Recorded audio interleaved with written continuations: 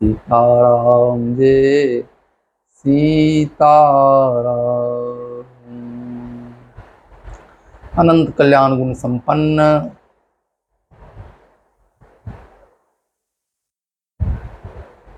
भक्तवांछा कल्पतरु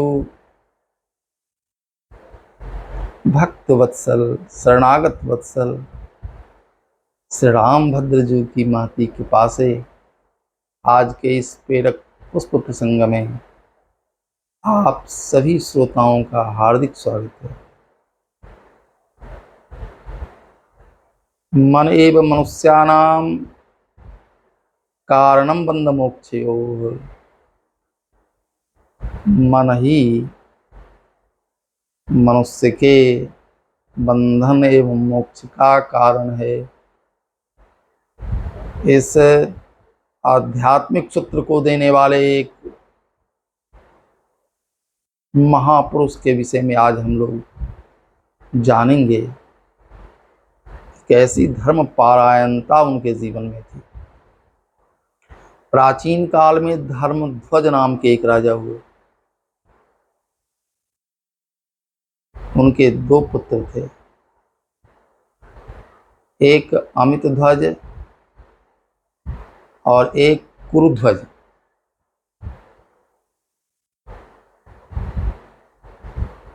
अमित ध्वज के पुत्र का नाम खांडिक्य था। अमित ध्वज यज्ञ के मर्मज्ञ थे। यज्ञ कैसे होता है, यज्ञ में कैसे प्रायश्चित किया जाता है, यज्ञ का क्या विधान है, इसको गहराई से जानते थे। उनका पुत्र भी इस ज्ञान में प्रवीण था। खांडिक्य भी इस ज्ञान में प्रवीण था। दूसरा कुरुध्वज का पुत्र था, उसका नाम था केसी ध्वज। केसी ध्वज अपने पिता की तरह अध्यात्मवेत्ता थे। पिताजी अध्यात्मवेत्ता थे, अध्यात्म के जानने वाले थे, गहराई से जानते थे अध्यात्म को। और पुत्र भी अध्यात्मदर्शी था, सर्वत्र ईश्वर की अनुभूति करने वाला था। बहुत जन्मों के अंत में जब जीव का अंतिम जन्म होता है तब उसे ईश्वर की अनुभूति सर्वत्र होने लगती है। बहुनाम जन्म नामन्ते ज्ञानवान माम प्रपद्यते। बहुत जन्मों के अंत में जब जीव का अंतिम जन्म होता है वह ज्ञानी ईश्वर को प्राप्त कर लेता है। इस तरह कुरुध्वज भी आध्यात्मवेत्ता थे और उनका पुत्र भी अध्यात्मवेत्ता था।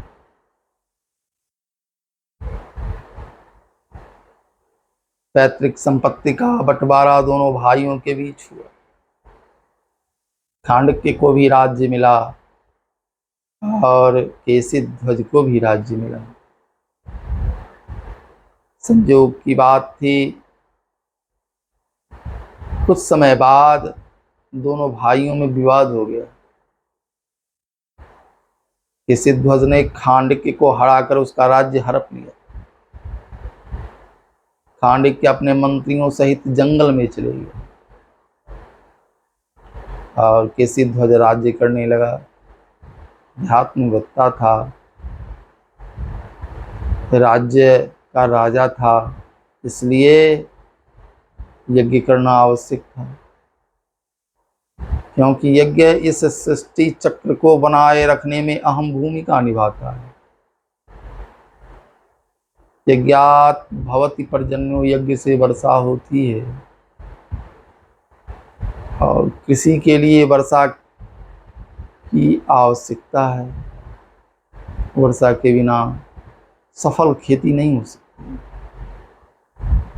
अन्न से भूत प्राणियों की उत्पत्ति होती है। अन्न से भूत प्राणी की उत्पत्ति, और भूत प्राणी यज्ञ करते हैं। यज्ञ से देवता संतुष्ट होते हैं, फिर वर्षा होती है और वह जो वर्षा होती है उससे फिर अन्न उत्पन्न होता है और इस तरह सृष्टि चक्र चलता रहता है। सृष्टि चक्र को बनाए रखने में यज्ञ की बड़ी भूमिका है। तो केसी ध्वज ने यज्ञ किया।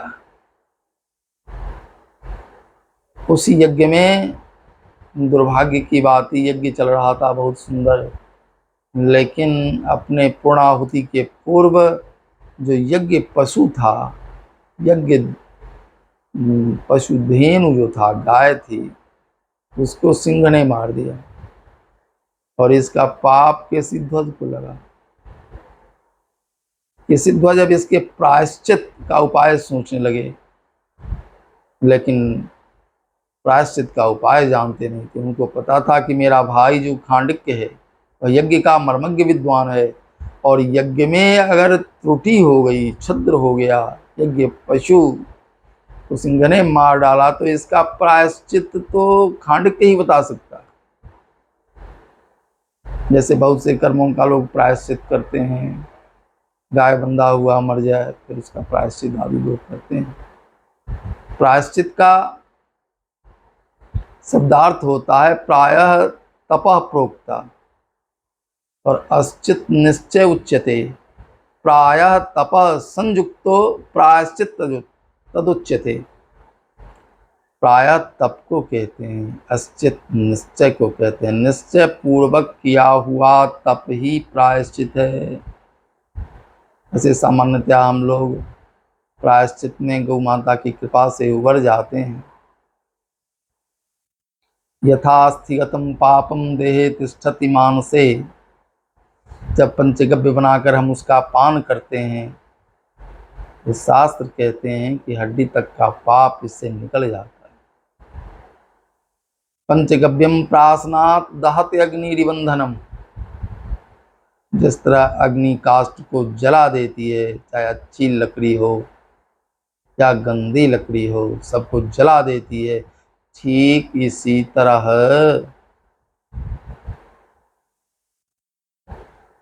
पाप को जला देता है। तो प्रायश्चित पाप को जला देता है, यह बात केसी ध्वज को पता था। केसी ध्वज ने सोचा कि खांडिक के इस विधान का, यज्ञ विधान का मर्मज्ञ है, मुझे उससे पूछ लेना चाहिए। पिछली शत्रुता को भुलाकर केसी ध्वज जंगल में अपने भाई को खोजने लगा। जहाँ भाई था वहां पहुंच गया और भाई को प्रणाम किया। मंत्रियों ने कहा यही मौका है, केसी ध्वज अकेले जंगल में आया है, इसको मार कर हमें राज्य अपना प्राप्त कर लेना चाहिए। जब केसी ध्वज को मारने के लिए सब तत्पर हो रहे थे तो केसी ध्वज ने खांडिक से कहा, खांडिक्य भैया, मैं आपसे यज्ञ धेनु के विषय में प्रायश्चित पूछने आया हूं। मैं जो यज्ञ कर रहा था उसमें यज्ञ धेनु को सिंह ने मार डाला, अब इसका प्रायश्चित क्या होगा, यह मुझे आप बताइए। खांडिक्य ने अपने मंत्रियों से विचार किया। मंत्रियों ने कहा नहीं, यही मौका है, केसी ध्वज को मार डालिए, अपना राज्य वापस ले लीजिए। खांडिक्य ने कहा नहीं, यदि मैं ऐसा करता हूं तो मेरा परलोक नष्ट हो जाएगा। इस राज्य वैभव के लिए मैं अपना परलोक नष्ट नहीं कर सकता हूं। केसी ध्वज यदि मारा भी गया तो उसे परलोक की प्राप्ति होगी, अच्छे लोग मिल जाएंगे, लेकिन मैं उस परलोक से च्युत हो जाऊंगा, इसलिए मैं ऐसा नहीं कर सकता। और उन्होंने प्रायश्चित विधान बताया कि किस प्रकार प्रायश्चित करने से आप इससे उबर सकते हैं। जैसे ध्वज वापस आया, उसने प्रायश्चित किया, यज्ञ के पूर्णाहुति भी, लेकिन इसके बाद भी केसी ध्वज को शांति नहीं मिल रही है। यज्ञ की पूर्णाहुति के उपरांत भी शांति नहीं मिलने का कारण केसी ध्वज ढूंढने लगे तो उन्हें ऐसा प्रतीत हुआ कि मैंने खांडिक से ज्ञान तो प्राप्त किया भैया से, लेकिन मैंने गुरु दक्षिणा नहीं दी। मुझे उसे दक्षिणा देकर संतुष्ट करना चाहिए। क्योंकि उसके दिए हुए ज्ञान से ही मेरा यज्ञ पूर्ण हो पाया है। तो पुनः खांडिक के पास पहुंचे, सब मंत्री लोग तैयार हो गए फिर से केशिध्वज को मार डालने के लिए।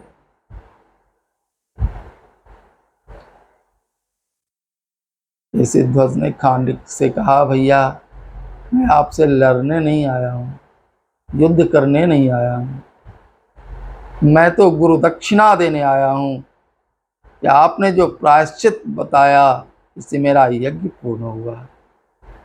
प्रायश्चित के बाद मैंने पूर्णाहुति की है, आपको मैं दक्षिणा देने आया हूँ, आप दक्षिणा में जो चाहे मांग सकते हैं। मंत्रियों के साथ बैठक हुई। मंत्रियों ने सलाह दिया, खांडिक के महाराज यही मौका है, आप सारा राज्य मांग लीजिए, इससे आप राजा हो जाएंगे और ये वन भटकेगा जिस तरह आप भटक रहे हैं। खांडिक ने कहा, नहीं मैं ऐसा नहीं कर सकता, ये मेरा भाई केशिध्वज अध्यात्मदर्शी है, अध्यात्म को जानने वाला अध्यात्मवेत्ता है, आत्मा और परमात्मा का इसे ज्ञान है। परमात्मा के स्वरूप को जानने का नाम ही ज्ञान है और ध्यान धारणा के द्वारा उसकी प्राप्ति का प्रयत्न करना, यह योग व्यवस्था है, ज्ञान योग व्यवस्थिति, और ये देवी संपदा का गुण माना जाता है। तो देवी संपदा संयुक्त जो व्यक्ति है वह ऐसा मौका कभी चूक नहीं सकता है। उसने कहा, हम अपने भाई से अध्यात्म ज्ञान प्राप्त करेंगे, मैं इसे राज्य नहीं मांग सकता, राज्य का लोभ मैं नहीं कर सकता। तो उन्होंने अध्यात्म का ज्ञान देने की बात कही। अध्यात्म ज्ञान अपने भाई केशिध्वज से प्राप्त कर खांडिक्य ने परमार्थ पथ का अनुसरण किया और परलोक की प्राप्ति सदगति के उपरांत उनकी हुई। तत्पश्चात केशिध्वज भी उसी परमार्थ पद का अनुगमन करते हुए निर्वाण पद प्राप्त करते हैं। इसी केशिध्वज का दिया हुआ एक सूत्र था जो मैंने प्रारंभ में आपको बताया था, मन एव मनुष्यानाम कारणम बंध मोक्षयोः, मन ही मनुष्य के बंधन का कारण है और मोक्ष का कारण है। इस मन को पवित्र करने की जरूरत है। यह मन कब जीव को बांध देता है और कब मुक्त कर देता है। मन जीव को उस समय बांधता है जब यह कुसंगति में पड़ जाता है, जब यह विषय वासना से संयुक्त हो जाता है तो जीव को बांध देता है। लेकिन जब वह सत्संग का आश्रय ले लेता है तो फिर वह जीव को मुक्त कर देता है।